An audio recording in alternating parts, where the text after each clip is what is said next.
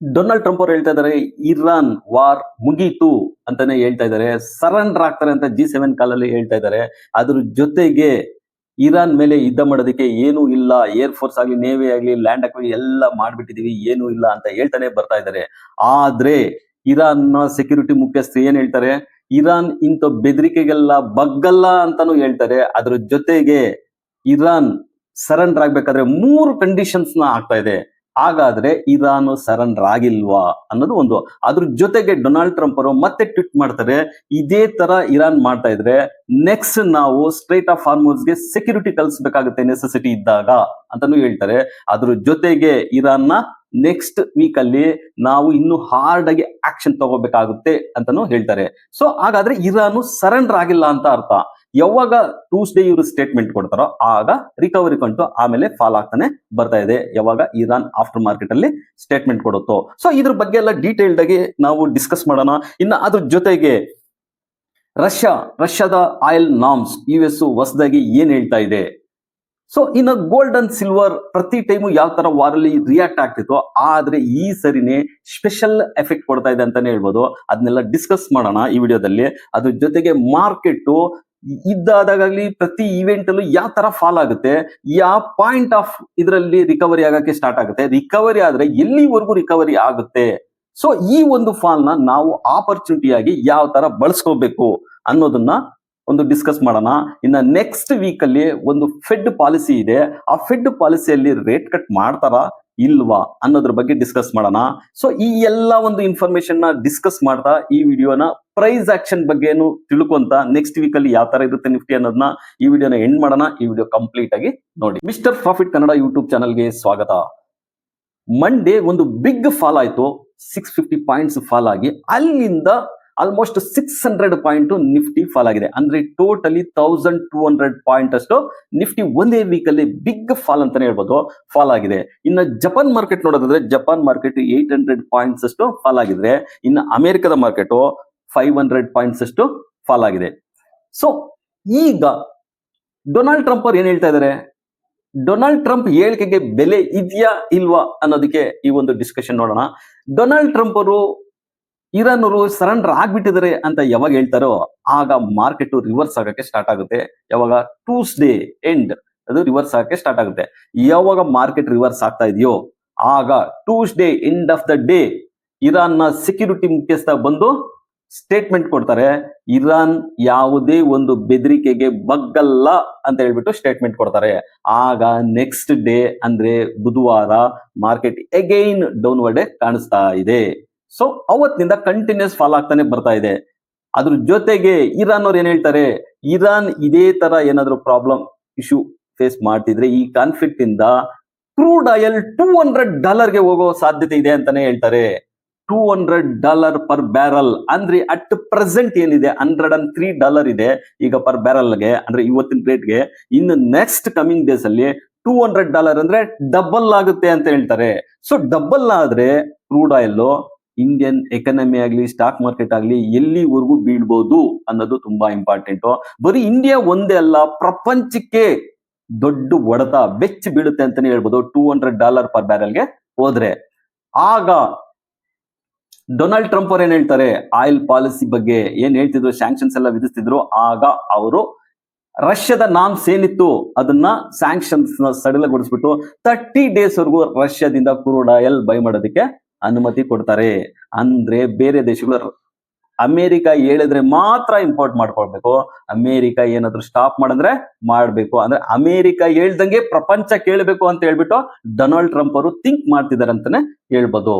So already ಏನಾಯ್ತು 2022 ಅಲ್ಲಿ Russia ಮತ್ತು ಉಕ್ರೇನ್ ವಾರ್ ಅಲ್ಲಿ ಉಕ್ರೇನ್ ನ ಪ್ರಚೋದನೆ ಮಾಡ್ಬಿಟ್ಟು ಕಳಿಸ್ತು ರಷ್ಯಾ ಮೇಲೆ. ಅಲ್ಲಿ ನಷ್ಟ ಹೊಂದಿದ್ದು ಉಕ್ರೇನ್, ಜಸ್ಟ್ ಹಿಂದೆ ಇದ್ದಿದ್ದು ಅಮೆರಿಕ. ಅದೇ ತರ ಈಗ ಆಗ್ತಾ ಇದೆಯಾ, ಇಸ್ರೇಲ್ ನ ಅವರು ರೊಚ್ಚಿಗೆ ಬೆದರಿಸಿ ಇರಾನ್ ಮೇಲೆ ದಾಳಿ ಮಾಡಿಸ್ತಾ ಇದ್ದಾರೆ, ಅಂದ್ರೆ ಇರಾನ್ ಮೇಲೆ ವಾರ್ ನಡೆಸ್ತಾ ಇದ್ದಾರೆ. ಸೊ ಈಗ ಇಲ್ಲಿ ಬಲಿಪಶು ಆಗ್ತಾ ಇರೋದು ಇಸ್ರೇಲ್. ಮತ್ತು ಯಾರ್ಯಾರು ಮಿಡಲ್ ಈಸ್ಟ್ ಅಲ್ಲಿ ಯಾರ್ಯಾರು ಏರ್ ಬೇಸ್ ಕೊಟ್ಟಿದ್ರು ಅವ್ರಿಗೆಲ್ಲಾನು ಒಂದು ದೊಡ್ಡ ಹೊಡ್ತಾನೆ ಅಂತ ಹೇಳಿದ್ರು. ಗಲ್ಫ್ ಕಂಟ್ರಿ ಆಗಲಿ ದುಬೈ ಆಗಲಿ ಇವರೆಲ್ಲ ಏನ್ ಹೇಳ್ತಿದ್ರು, ಸೇಫೆಸ್ಟ್ ಕಂಟ್ರಿ ಅಂತ ಹೇಳ್ಕೊಂತ ಬರ್ತಿದ್ರು. ಆದ್ರೆ ಇರಾನ್ ಅವರು US ಏರ್ ಬೇಸ್ ನೆಲ್ಲ ಯಾವಾಗ ಉಡಿಸ್ ಮಾಡಿದ್ರು ಆಗ ಇದು ಸೇಫೆಸ್ಟ್ ಕಂಟ್ರಿ ಅಲ್ಲ ಅನ್ನೋದಕ್ಕೆ ಒಂದು ಕನ್ಕ್ಲೂಡ್ ಬಂದಿದೆ ಅಂತಾನೆ ಹೇಳ್ಬೋದು. ಸೊ ಇದೆಲ್ಲ ಯುದ್ಧದ ವಾತಾವರಣದಲ್ಲಿ ಈಗ ಇರಾನ್ ಅವ್ರು ಏನ್ ಹೇಳ್ತಾ ಇದ್ದಾರೆ, ನಾವು ಸರೆಂಡರ್ ಆಗ್ಬೇಕಾದ್ರೆ 3 ಕಂಡೀಷನ್ಸ್ ಇದಾವೆ. ನಮ್ಮ ಒಂದು ಲೀಡರ್ ಏನಿದೆಯೋ ಸುಪ್ರೀಂ ಲೀಡರ್ ನಾವೇ ಆಯ್ಕೆ ಮಾಡ್ಕೊಂತೀವಿ, ಅದು ನಮ್ಮ ಹಕ್ಕು ಅಂತ ಹೇಳ್ತಾ ಇದ್ದಾರೆ.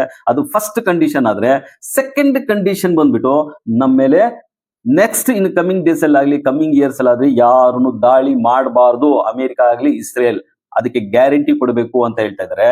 ಇನ್ನು ಥರ್ಡ್ ಕಂಡೀಷನ್ ಬಂದ್ಬಿಟ್ಟು ಈಗ ಯುದ್ಧದಿಂದ ನಷ್ಟ ಆಗಿರೋದಕ್ಕೆ ಪರಿಹಾರ ಕೊಡಬೇಕು, ಆಗ ಮಾತ್ರ ನಾವು ಯುದ್ಧಕ್ಕೆ ಸಂಧಾನಕ್ಕೆ ರೆಡಿ ಅಂತ ಹೇಳ್ತಾ ಇದ್ದಾರೆ. ಸೊ ಅಮೆರಿಕ ಒಂದ್ ಕಡೆ ಹೇಳ್ತಾ ಇದ್ದಾರೆ ಏನೂ ಇಲ್ಲ ಯುದ್ಧ ಮಾಡೋದಕ್ಕೆ ಅಂತ ಹೇಳ್ಬಿಟ್ಟು ಇರಾನ್ ಮೇಲೆ ಆಲ್ರೆಡಿ ಎಲ್ಲ ಮುಗಿಸ್ಬಿಟ್ಟಿದೀವಿ ಅಂತ ಹೇಳ್ತಾರೆ. ಮತ್ತೆ ಇನ್ನೊಂದ್ ಕಡೆ ನೋಡಿದ್ರೆ ಈಗ ನಾವು ಸೆಕ್ಯೂರಿಟಿ ಒದಗಿಸ್ಕೊಡ್ತೀವಿ ಸ್ಟ್ರೈಟ್ ಆಫ್ ಹಾರ್ಮೋಸ್ಗೆ ಅಂತ ಹೇಳ್ತಾ ಇದ್ದಾರೆ. ಅಂದ್ರೆ ಕಂಪ್ಲೀಟ್ ಆಗಿ ಡೊನಾಲ್ಡ್ ಟ್ರಂಪ್ ಮೇಲೆ ಪ್ರೆಷರ್ ಇದೆ ಅಂತಾನೆ ಹೇಳ್ಬೋದು. ಅಂದ್ರೆ ಈ ವಾರ ಇನ್ನು ಮುಗ್ದಿಲ್ಲ, ಇನ್ನು ಕಂಟಿನ್ಯೂಷನ್ ಆಗುತ್ತೆ.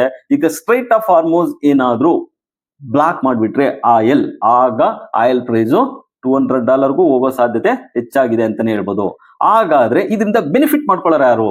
ಡೊನಾಲ್ಡ್ ಟ್ರಂಪ್ ಅವರು ಸ್ಟ್ರೈಟ್ ಆಗಿ ಒಂದು ಸ್ಟೇಟ್ಮೆಂಟ್ ಕೊಡ್ತಾರೆ, ಇದರಿಂದ ನಮ್ಗೆ ಒಳ್ಳೇದೇ ಆಗಿದೆ ಅಂತ ಒಂದು ಸ್ಟೇಟ್ಮೆಂಟ್ ಕೊಡ್ತಾರೆ. ಆದ್ರೆ ಅಮೆರಿಕ ಆಯಿಲ್ ಸೆಲ್ಲಿಂಗ್ ಅಲ್ಲಿ ಅವ್ರಿಗೆ ಬೆನಿಫಿಟ್ ಆಗುತ್ತೆ ಅಂತಾನೆ ಹೇಳ್ತಾರೆ. ಆದ್ರೆ ಆಯಿಲ್ ಸೆಲ್ಲಿಂಗ್ ಅಲ್ಲಿ ಬೆನಿಫಿಟ್ ಆಗ್ಬೋದು, ಆಯಿಲ್ ಪ್ರೈಸ್ ಇನ್ಕ್ರೀಸ್ ಆಗೋದ್ರಿಂದ ಇನ್ಫ್ಲೇಷನ್ ತುಂಬಾ ಆಗುತ್ತೆ. ಸೊ ಅದರಿಂದನೇ ಫಿಸಿಕಲ್ ಡಿಫಿಷಿಯೇಟ್ ಇನ್ಕ್ರೀಸ್ ಆಗ್ತಾ ಹೋಗುತ್ತೆ. ಇದನ್ನು ಎಲ್ಲ ಥಿಂಕ್ ಮಾಡ್ಬೇಕಾಗುತ್ತೆ ಡೊನಾಲ್ಡ್ ಟ್ರಂಪ್ ಅವರು. ಅದ್ರ ಜೊತೆಗೆ ಈಗ ಡೊನಾಲ್ಡ್ ಟ್ರಂಪ್ ಅವರು ಏನ್ ನಾಮ್ಸ್ ಕೊಟ್ಟಿದಾರೋ ಅದು 30 days ಅಷ್ಟೇ ಅಪ್ಲಿಕೇಬಲ್ ಆಗುತ್ತಾ, ಇನ್ ಮುಂದೆ ಕಂಟಿನ್ಯೂಷನ್ ಆಗುತ್ತಾ ಅನ್ನೋದೇ ತುಂಬಾ ಇಂಪಾರ್ಟೆಂಟ್ ರೋಲ್.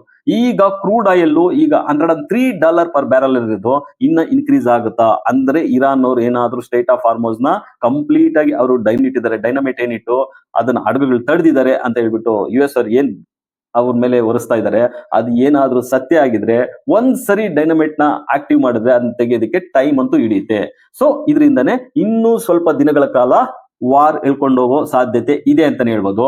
ಇದು ಜಸ್ಟ್ ಇರಾನ್ ಮತ್ತು US ಇಸ್ರೇಲ್ ವಾರ್ ಆದ್ರೇನೆ ಪರವಾಗಿಲ್ಲ, ಆದ್ರೆ ರಷ್ಯಾ ಅಥವಾ ಚೈನಾ, ಸೌತ್ ಕೊರಿಯಾ ಇವೆಲ್ಲ ಏನಾದ್ರೂ ಸಪೋರ್ಟ್ ಮಾಡಿದ್ರೆ ಇರಾನ್ಗೆ ಯುದ್ಧ ತುಂಬಾ ಬೆಳೆಯೋ ಸಾಧ್ಯತೆ ಹೆಚ್ಚಾಗಿರುತ್ತೆ. ಅಮೆರಿಕೆಗೆ ತುಂಬಾ ಡ್ಯಾಮೇಜ್ ಆಗುತ್ತೆ ಅಂತಾನೆ ಹೇಳ್ಬೋದು. ಇದೆಲ್ಲ ಬಂದ್ಬಿಟ್ಟು ವಾರ್ ಸಿಚುಯೇಷನ್. ಈ ವಾರ್ ಸಿಚುಯೇಷನ್ ಇಂದ ಕ್ರೂಡ್ ಆಯಿಲ್ ಇಂಪ್ಯಾಕ್ಟ್ ಹೇಗಾಗುತ್ತೆ ಅಂತ ಗೊತ್ತಲ್ಲ. ಈ ಕ್ರೂಡ್ ಆಯಿಲ್ ಇನ್ಕ್ರೀಸ್ ಆಗೋದ್ರಿಂದನೇ ನಮಗೂ ಸಹ ಇಂಡಿಯನ್ ಎಕಾನಮಿಗೆ ತುಂಬಾ ಹೊಡೆತ ಬೀಳುತ್ತೆ. ಈಗ ಕಮಿಂಗ್ ವೀಕ್ ಅಲ್ಲಿ 17th March ಅಲ್ಲಿ ಫೆಡ್ ಪಾಲಿಸಿ ಇದೆ, ಮಾನಿಟರಿ ಪಾಲಿಸಿ ಇದೆ. ಆ ಪಾಲಿಸಿ ಇಲ್ಲಿ ನೀವು ಬಂದು ರೇಟ್ ಕಟ್ ಮಾಡಿ ಅಂತ ಡೊನಾಲ್ಡ್ ಟ್ರಂಪ್ ಅವರು ಸ್ಟ್ರೈಟ್ ಅವೇ ಜೇಮ್ಸ್ ಪೌಲರ್ಗೆ ವಾರ್ನಿಂಗ್ ಕೊಡ್ತಾ ಇದ್ದಾರೆ ಅಂತಾನೆ ಹೇಳ್ಬೋದು. ಯಾಕಂದ್ರೆ ಈಗ ಇನ್ಫ್ಲೇಷನ್ ಯಾವುದು ಒಂದು ಕಂಟ್ರೋಲ್ ಅಲ್ಲಿ ಇಲ್ಲ, ಆದ್ರೂ ಯಾವ ತರ ಇವರು ರೇಟ್ ಕಟ್ ಆಗುತ್ತಾ ಅನ್ನೋದೇ ತುಂಬಾ important. James Powell Donald Trump ಹೇಳಿದ್ರು ಅಂತ ಯಾರ ಮಾತು ಕೇಳಲ್ಲ. James Powell as per data ಏನಿದೆಯೋ ಅದ್ರ ಮೇಲೆ ಡಿಸಿಷನ್ ತಗೊಳ್ಳುವಂತ ವ್ಯಕ್ತಿ. ಆದ್ರೆ ಈಗ ಡೊನಾಲ್ಡ್ ಟ್ರಂಪ್ ಅವರು ರೇಟ್ ಕಟ್ಗೆ ತುಂಬಾ ಪ್ರೆಷರ್ ಆಗ್ತಾ ಇದ್ದಾರೆ ಅಂತಾನೆ ಹೇಳ್ಬೋದು. ಇನ್ಫ್ಲೇಷನ್ ಜಾಸ್ತಿ ಆಗ್ತಾ ಇದೆ. ಇನ್ಫ್ಲೇಷನ್ ಜಾಸ್ತಿ ಆಗ್ಬಿಟ್ಟು ಈಗ ಅವ್ರೇನಾದ್ರು ರೇಟ್ ಕಟ್ ಮಾಡಿದ್ರೆ ಆಗ ಗೋಲ್ಡ್ ಅಂಡ್ ಸಿಲ್ವರ್ ಅನ್ನೋದು ಒಂದು ಡೈರೆಕ್ಷನ್ ಬರುತ್ತೆ. ಕಟ್ ಮಾಡ್ಲಿ ಮಾಡದೇ ಇರ್ಲಿ ಒಂದು ಡೈರೆಕ್ಷನ್ ಅಂತೂ ಮೂವ್ ಆಗೋ ಸಾಧ್ಯತೆ ಹೆಚ್ಚಾಗಿರುತ್ತೆ ಅಂತಾನೆ ಹೇಳ್ಬೋದು. ಹಾಗಾದ್ರೆ ಗೋಲ್ಡ್ ಅಂಡ್ ಸಿಲ್ವರ್ ಬಗ್ಗೆ ತಿಳ್ಕೊಳ್ಳೋದಾದ್ರೆ ಈಗ ಗೋಲ್ಡ್ $5,000 per ounce ಅಲ್ಲಿ ಟ್ರೇಡ್ ಆಗ್ತಾ ಇದೆ. $5,000 per ounce ಅಂದ್ರೆ ಯುದ್ಧ ಸ್ಟಾರ್ಟ್ ಆದಾಗ ಗೋಲ್ಡ್ ಸ್ವಲ್ಪ ರ್ಯಾಲಿ ಕೊಡ್ತು, ಆದ್ರೆ ಅದು ಸ್ಲೋಗಿ ಎಲ್ಲಿಂದ ರ್ಯಾಲಿ ಕೊಟ್ಟಿತ್ತು ಅದೇ ಪ್ರೈಸ್ಗೆ ಬಂದು ನಿಂತಿದೆ. ಈ ಒಂದು ಚಾರ್ಟ್ ಪ್ರಕಾರ ಗೋಲ್ಡ್ ಒಂದು ರ್ಯಾಲಿ ಆದ್ಮೇಲೆ ಏನ್ ಬಂದು ಎಲ್ಲ ಸೈಡ್ ವೇಸ್ ಆಗ್ತಾ ಇದೆ ಅಂತಾನೆ ಹೇಳ್ಬೋದು. ಎಲ್ರು ಏನ್ ಥಿಂಕ್ ಮಾಡಿದ್ರು, ವಾರ್ ಸ್ಟಾರ್ಟ್ ಆಗುತ್ತೆ, ಗೋಲ್ಡ್ ರ್ಯಾಲಿ ಆಗುತ್ತೆ, ಈಕ್ವಿಟಿ ಮಾರ್ಕೆಟ್ ಫಾಲ್ ಆಗುತ್ತೆ ಅಂತಾನೆ ಥಿಂಕ್ ಮಾಡಿದ್ರು. ಎಸ್, ಈಕ್ವಿಟಿ ಮಾರ್ಕೆಟ್ ಏನು ಫಾಲ್ ಆಗ್ತಾ ಇದೆ, ಆದ್ರೆ ಗೋಲ್ಡ್ ಮಾತ್ರ ರ್ಯಾಲಿ ಆಗ್ತಾ ಇಲ್ಲ. ಯಾವಾಗ US ಸ್ಟ್ರಾಂಗ್ ಇರಲ್ವೋ ಅಂದ್ರೆ US ಗೆ ಹೊಡೆತ ಆಗ್ತಿರುತ್ತೋ ಆಗೆಲ್ಲ ಗೋಲ್ಡ್ ಫಾಲ್ ಆಗ್ತಾ ಇರುತ್ತೆ ಅಂತಾನೆ ಹೇಳ್ಬೋದು. ಇನ್ನ ಈಗ ಅಟ್ ಪ್ರೆಸೆಂಟ್ಗೆ ಗೋಲ್ಡ್ ರೇಂಜ್ ಬೌಂಡ್. ಗೋಲ್ಡ್ ಯಾವಾಗ $5,100 per ounce ಅಲ್ಲಿ ಇರುತ್ತೋ ಆಗ ಮಾತ್ರ ಸ್ವಲ್ಪ ಅಪ್ವರ್ಡ್ ನೋಡ್ಬೋದು. ಆದ್ರೆ ಈಗ ಅಟ್ ಪ್ರೆಸೆಂಟ್ಗೆ 5,100 ಬಿಲೋ ಇರೋದ್ರಿಂದ 4,600 ವರೆಗೂ ಬರೋ ಸಾಧ್ಯತೆ ಇರುತ್ತೆ. ಯಾವಾಗ 5,100 ದಾಟುತ್ತೋ ಆಗ ಅಪ್ವರ್ಡ್ ನೋಡೋ ಸಾಧ್ಯತೆ ಹೆಚ್ಚಾಗಿರುತ್ತೆ. ಅದೇ ಗೋಲ್ಡ್ ಮೆನ್ ಸಕೋರ್ ಏನ್ ಹೇಳ್ತಾ ಇದಾರೆ, 2029 ಅಷ್ಟೊತ್ತಿಗೆ ಗೋಲ್ಡ್ ಡಬಲ್ ಆಗುತ್ತೆ, ಅಂದ್ರೆ $10,000 per ounce ಆಗುತ್ತೆ ಅಂತಾನೆ ಹೇಳ್ತಾ ಇದಾರೆ. ಅದ್ರ ಜೊತೆಗೆ ಇದೇ ವರ್ಷದಲ್ಲಿ ಗೋಲ್ಡ್ 6,000 per ounce ವರೆಗೂ ಹೋಗೋ ಸಾಧ್ಯತೆ ಹೆಚ್ಚಾಗಿದೆ ಅಂತಾನೆ ಸ್ಟೇಟ್ಮೆಂಟ್ ಕೊಡ್ತಾ ಇದ್ದಾರೆ. ಹಾಗಾದ್ರೆ ಸಿಲ್ವರ್ ಯಾವ ತರ ಇದೆ? ಸಿಲ್ವರ್ ಅಷ್ಟೇ ಒಂದು ಬಿಗ್ ರ್ಯಾಲಿ ಅಂತೂ ಸ್ಟಾರ್ಟ್ ಆಗಿತ್ತು. ಎಷ್ಟು ಆಲ್ಮೋಸ್ಟ್ $12 to $15 ಅಷ್ಟು ಪರ್ ಅನ್ಸ್ಗೆ ರ್ಯಾಲಿ ಸ್ಟಾರ್ಟ್ ಆಗಿತ್ತು. ಅಂದ್ರೆ $90 ಎಬೋ ಲಾಸ್ಟ್ ಪ್ರೀವಿಯಸ್ ಇಡದಲ್ಲಿ ನಾವು ಮಾತಾಡ್ಕೊಂಡಂಗೆ $90 ಎಬೋ ಇದ್ರೆ ಬುಲಿಶ್ ಅಂತ ಅನ್ಕೊಂಡಿದ್ವಿ. ಆದ್ರೆ ಅದು $90 ದಾಟ್ಬಿಟ್ಟು ಒಂದು $3 ಕೂಡ ಅಲ್ಲಿಂದ ವಾಪಸ್ ಬಂತು. ಈಗ $80 ಇದೆ. ಅಂದ್ರೆ ಬೇಸ್ ಪ್ರೈಸ್ ಅಲ್ಲೇ ಓಡಾಡ್ತಿದೆ, ರೇಂಜ್ ಬೌಂಡ್ ಅಲ್ಲಿ ಓಡಾಡ್ತಿದೆ.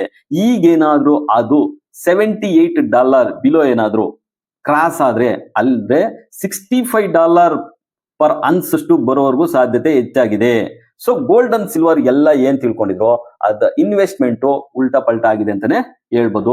ಈ ಸೆಷನ್ ಅಲ್ಲಿ ಈ ವಾರ್ ಎಕ್ಸ್ಪೆಕ್ಟೇಷನ್ಗೆ ಒಂದು ಪ್ರತಿಕ್ರಿಯೆ ಕೊಟ್ಟಿಲ್ಲ, ಒಳ್ಳೆ ಉತ್ತಮವಾದ ರಿಟರ್ನ್ ಕೊಟ್ಟಿಲ್ಲ ಅಂತಾನೆ ಹೇಳ್ಬೋದು ಗೋಲ್ಡ್ ಅಂಡ್ ಸಿಲ್ವರ್. ಅದಕ್ಕೆ ನಾವು ಇನ್ವೆಸ್ಟ್ ಮಾಡ್ಬೇಕಾದ್ರೆ ಗೋಲ್ಡ್ ಪೋರ್ಷನ್ ಇಸ್ ಮೋರ್ ಇರ್ಬೇಕು, ಯಾಕಂದ್ರೆ ಸ್ಟೇಬಲ್ ಇರುತ್ತೆ.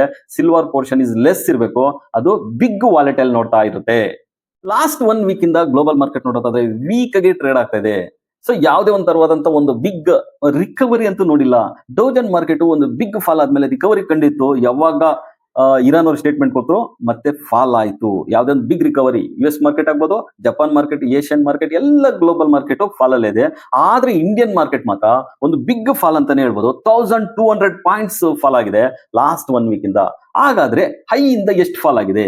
ಸೊ ಯಾವ್ಯಾವ ಟೈಮಲ್ಲಿ, ಅಂದ್ರೆ ವಾರ್ ಟೈಮ್ ಇರ್ಬೋದು, ಇಲ್ಲ ಟ್ಯಾರಿಫ್ ಟೈಮ್ ಇರ್ಬೋದು, ಇಲ್ಲ ರಿಸೆಷನ್ ಟೈಮ್ ಇರ್ಬೋದು, ಯಾವ್ಯಾವ ಟೈಮಲ್ಲಿ ಎಷ್ಟೆಷ್ಟು ನಿಫ್ಟಿ ಫಾಲ್ ಆಗಿತ್ತು, ಇಲ್ಲ ಕೋವಿಡ್ ಟೈಮ್ ಇರ್ಬೋದು ಎಷ್ಟು ಫಾಲ್ ಆಗಿತ್ತು, ಆಗ ರಿಕವರಿ ಕೊಡುತ್ತಾ, ಯಾವ ಪಾಯಿಂಟ್ ಅಲ್ಲಿ ನಾವು ಬೈಯಿಂಗ್ ಮಾಡ್ಕೊಬೇಕು ಅನ್ನೋದು ತುಂಬಾ ಇಂಪಾರ್ಟೆಂಟ್ ಆಗಿದೆ. ಸೊ ಈಗ ಅಟ್ ಪ್ರೆಸೆಂಟ್ಗೆ 26,300 ಇಸ್ ದ ಹೈ ಅಂತ ನಾವು ಕನ್ಸಿಡರೇಷನ್ ಮಾಡ್ಕೊಂಡಾಗ, ಲೋ ಬಂದ್ಬಿಟ್ಟು ಇವಾಗ ಅಟ್ ಪ್ರೆಸೆಂಟ್ಗೆ 23,150 ಅಂದ್ರೆ ಪ್ರೀವಿಯಸ್ ಇದರಲ್ಲಿ ಲೆಕ್ಕ ಹಾಕೊಳ್ಳೋದಾದ್ರೆ ನಾವು. ಸೊ ಈಗ ರಿಸೆಷನ್ ಟೈಮ್ 2008 ನಾವು ನೋಡೋದಾದ್ರೆ 64% ಅಷ್ಟು ಮಾರ್ಕೆಟ್ ಫಾಲ್ ಆಗಿತ್ತು. ಅಂದ್ರೆ 6,347 ಅಲ್ಲಿ ನಿಫ್ಟಿ 2,252 ವರೆಗೂ ಫಾಲ್ ಆಗಿತ್ತು, 64%. ಆಗ ರಿಕವರಿ ತಗೊಳಕ್ಕೆ ಎಷ್ಟು ದಿವಸ ತಗೊಳುತ್ತೋ? 2 ಇಯರ್ಸ್ ಅಲ್ಲೇ ಮತ್ತೆ ಹೈಯರ್ ಹೈ ಹೊಡಿತು. ಇನ್ನು ನೆಕ್ಸ್ಟ್ ಬರೋದಾದ್ರೆ ಕೋವಿಡ್ ಟೈಮ್ 38% ಅಷ್ಟು ಫಾಲ್ ಆಗಿತ್ತು. ಏನಿತ್ತು 12,246 ಇದ್ದಿದ್ದು 7,500 ಮಾರ್ಕ್ ಅಲ್ಲಿವರೆಗೂ ಫಾಲ್ ಆಗಿತ್ತು. ಬಿಗ್ ಫಾಲ್ ಅಂತಾನೆ ಹೇಳ್ಬೋದು. ಆ ಫಾಲು ವಿತ್ ಇನ್ 1 ಇಯರ್ ಅಲ್ಲಿ ರಿಕವರಿ ಕೊಟ್ಟು ಹೈಯರ್ ಹೈ ಟಚ್ ಮಾಡ್ತು. ಇನ್ನು 2000 ಲಾಸ್ಟ್ ಇಯರ್ ಅಷ್ಟೇ, ಯಾವಾಗ ಉಕ್ರೇನ್ ವಾರ್ 2022 ಅಲ್ಲೂ ಅಷ್ಟೇ, ಅದು ಆಲ್ಮೋಸ್ಟ್ 17% ಅಷ್ಟು ಫಾಲ್ ಆಗಿತ್ತು. ಅದನ್ನು ಸಹ ಸೇಮ್ ನೆಕ್ಸ್ಟ್ ಇಯರ್ ಅಲ್ಲೇ ಹೈಯರ್ ಹೈ ಹೊಡಿತು. ಹಾಗಾದ್ರೆ 2024-25 ಅಲ್ಲಿ ಮಾರ್ಕೆಟ್ ಫಾಲ್ ಏನಿತ್ತು ಸೆಪ್ಟೆಂಬರ್ 2024 ಇಂದ ಏಪ್ರಿಲ್ 2025 ಹೈ ಅಂಡ್ ಲೋ ನೋಡೋದಾದ್ರೆ 26,277 ಇದ್ದಿದ್ದು 21,700 ಬಂದಿತ್ತು. ಅಂದ್ರೆ ಆಲ್ಮೋಸ್ಟ್ 17% ಅಷ್ಟು ಫಾಲ್ ಆಗಿತ್ತು. ಅದನ್ನು ಸಹ ಸೇಮ್ ಇಯರ್ ಅಂದ್ರೆ 2025 ಅಲ್ಲೇ ಹೈಯರ್ ಹೈ ಹೊಡಿತು.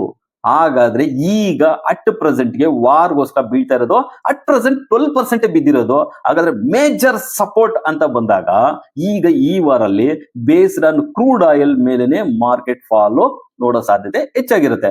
ಸೊ ಹಾಗಾದ್ರೆ ನಾವು ಅಟ್ ಪ್ರೆಸೆಂಟ್ಗೆ 21,800 ಏನಿದೆ ಈ ಚಾರ್ಟ್ ಅಲ್ಲಿ 21,800 it's A very biggest support ಅಂತಾನೆ ಹೇಳ್ಬೋದು.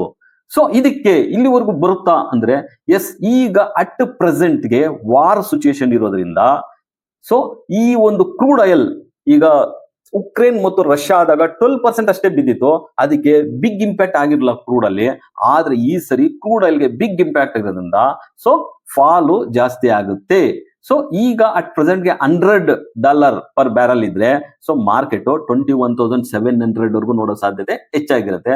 ಇನ್ ಕೇಸ್ ಕ್ರೂಡ್ ಆಯಿಲ್ ಏನಾದ್ರು ಬೆಳೀತಾ ಹೋಗ್ತಾ ಇದ್ರೆ ಆಗ ಇನ್ನು ಫರ್ದರ್ ಫಾಲ್ ಆಗುತ್ತಾ ಅನ್ನೋದನ್ನ ನಾವು ನೋಡ್ಬೇಕಾಗುತ್ತೆ.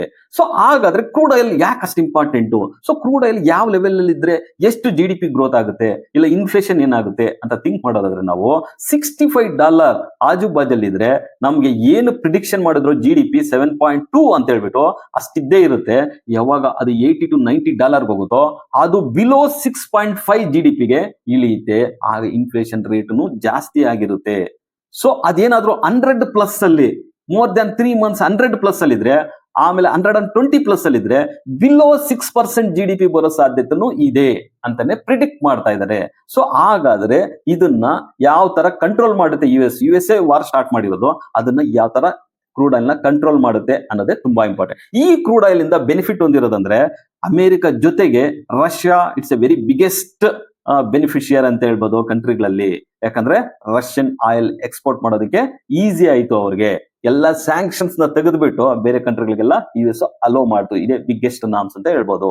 ಸೊ ಈಗ ಅಟ್ ಪ್ರೆಸೆಂಟ್ಗೆ ನೆಕ್ಸ್ಟ್ ಕಮಿಂಗ್ ವೀಕ್ ಅಲ್ಲಿ ವಾರ್ ಅಪ್ಡೇಷನ್ಸ್ ಮತ್ತು ಇದೇನಿರುತ್ತೆ ಏನೋ ಕ್ರೂಡ್ ಆಯಿಲ್ ಅದ್ರ ಮೇಲೆನೆ ನಿಫ್ಟಿ ಫರ್ದರ್ ಸಪೋರ್ಟ್ 21,700 ಟಚ್ ಮಾಡುತ್ತಾ ಅಂತ ಕಾದ್ ನೋಡ್ಬೇಕು. ಸೊ ಈ ಒಂದು ಫಾಲ್ ನ ನಾವು ಬಿಗ್ಗೆಸ್ಟ್ ಆಪರ್ಚುನಿಟಿ ಟು ಇನ್ವೆಸ್ಟ್ ಅಂತಾನೆ ಹೇಳ್ಬೋದು.